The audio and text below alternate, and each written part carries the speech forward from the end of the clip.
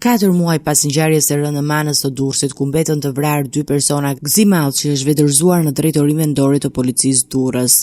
Ngjarja e rënë ndodhi në 22 tetor të vitit kaluar në ambientet e jashtme të një lokali përballë stacionit policor në Manës, ku mbetën të vrarë Flori Paluçi, 33 vjeç, dhe Aranit Kurti, 23 vjeç. Sipas hetimeve, konflikti nisi brenda lokalit, ku Aranit Kurti kërkoi pas mesnatë të shërbejej me kafe nga kamarieri Alteo Pepa, i cili tha se shërbimi nuk ishte në dispozicion për shkak të orës së vonë. Debati u përshkallëzua kur Florian Paluçi, klienti i lokalit, ndërhyri për të mbrojtur kamariederin dhe ju drejtua 2 personave të tjerë që të silleshin mirë me Alteo Pepën. Përplasja u zhvendos jashtë lokalit në ambientet e karburantit përballë tij. Atje Paluçi qelloi me armë ndaj Aranit Kurtit, i cili ndroi jetë në vend. Sipas kamerave të sigurisë, Daniel Pepa, shoku i Aranitit, mori armën nga automjeti dhe qelloi në drejtim të Florian Paluçit para se të largohej nga vendi i ngjarjes. Pas disa muajsh në Arati, Gzi Mallçi, pjesëmarrës në është vjedërzuar në nëntor të 2025-s, duke dorëzuar edhe armën që kishte pasur me vete ditën e ngjarjes. Gjykata e shkallës së parë në Durrës kishte caktuar ndaj Allçit masën e sigurisë arrest me burg për veprën penale, mbajtje pa leje dhe prodhimi i armëve shpërthyese dhe municionit, dhe për kraje autorit të krimit. Hetimet vazhdojnë për të dokumentuar të gjitha rrethanat e ngjarjes dhe për të